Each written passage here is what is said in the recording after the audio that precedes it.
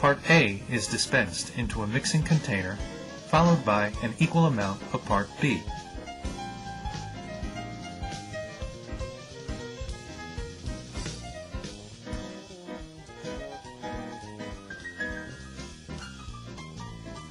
Both parts are then mixed for about a minute.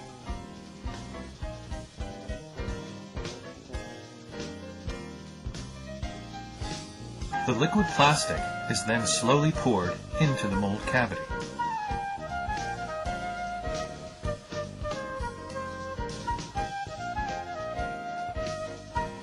In a matter of minutes, the mixture turns from liquid to a bright white solid. And a few minutes after that, it is rigid enough to remove from the mold cavity.